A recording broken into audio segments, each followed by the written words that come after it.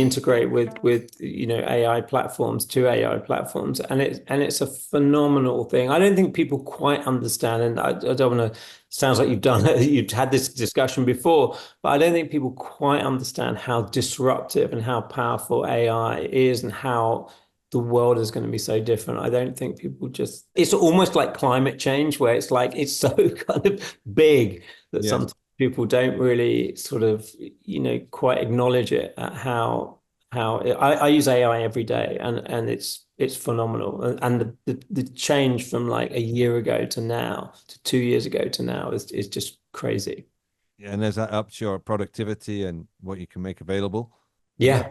All Oh right. yeah, absolutely. And I think it's interesting, certainly in the software space. I think the user interface, example. I always, like you look at these great companies, Google, like that's the best user interface anyone can have, right? It's just a text box. Yeah. Okay, you've got Google Lens and some other stuff, but ultimately it's as simple as that. But then, AI can turn every bit of software into a kind of speech or text-based user interface,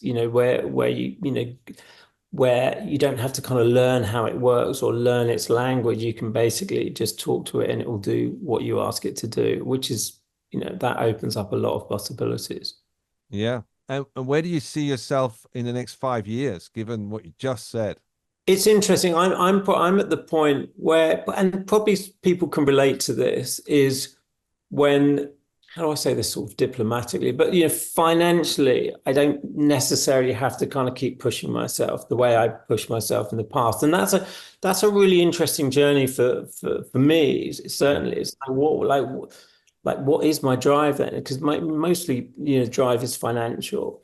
So honestly, it's probably not the business answer, but it's just about getting more balance. I think my journey in 5 years is actually finding balance rather than necessarily sort of pushing like I pushed before, because I spent my whole career kind of trying to overachieve. And I think now I'm sort of seeing the benefits of balance around your life, basically.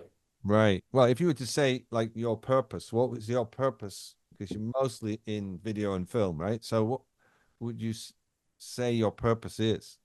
Oh, that's a great question. So my purpose, yeah. So video and film, it's that's a vehicle of the purpose, but the purpose really was communication. The purpose was to kind of make a difference, really, to people. I think it's the same purpose as like you would have as a coach. Yeah. It's not that dissimilar.